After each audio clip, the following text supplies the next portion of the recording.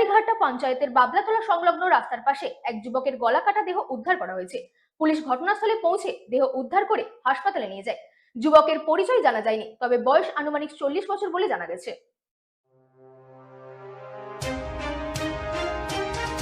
ক্যানিংয়ের নিকারিঘাটা পঞ্চায়েতের বাবলাতলা সংলগ্ন রাস্তার পাশে এক যুবকের গলা কাটা দেহ উদ্ধার করা হয়েছে। শুক্রবার সকালে স্থানীয়রা এই ঘটনা দেখতে পেয়ে ক্যানিং থানার পুলিশকে খবর দেয়। পুলিশ ঘটনাস্থলে পৌঁছে দেহটি উদ্ধার করে হাসপাতালে নিয়ে যায়। তবে যুবকের পরিচয় এখনো জানা যায়নি। তার বয়স আনুমানিক 40 বছর ধরা হয়েছে।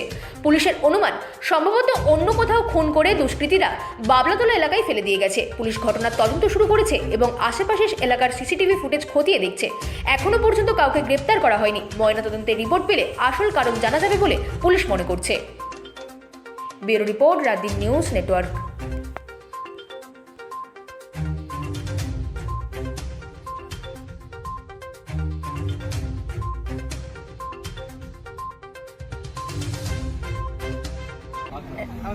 চেনা গেছে এখানকার লোক কি?